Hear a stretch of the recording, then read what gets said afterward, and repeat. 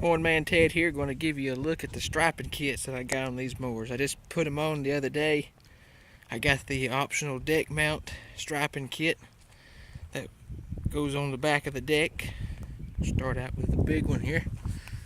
Oh, it's just a small piece of rubber that bolts onto the back. You just got to find your centers and stuff and drill your holes, and then put that plate on there, bolt it to it, and it's ready to rock and roll.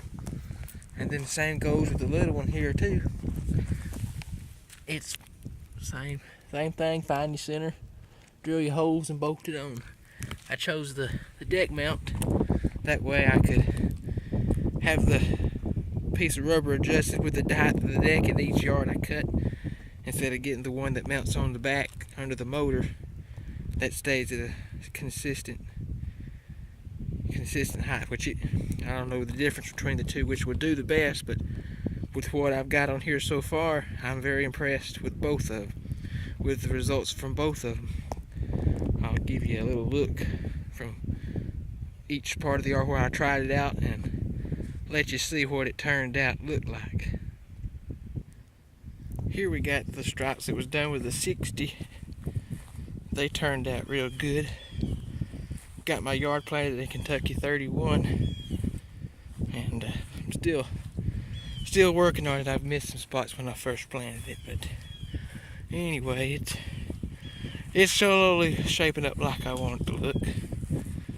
It's done with the 61 or 60-inch cut there. Take you and show you a spot done with the 72.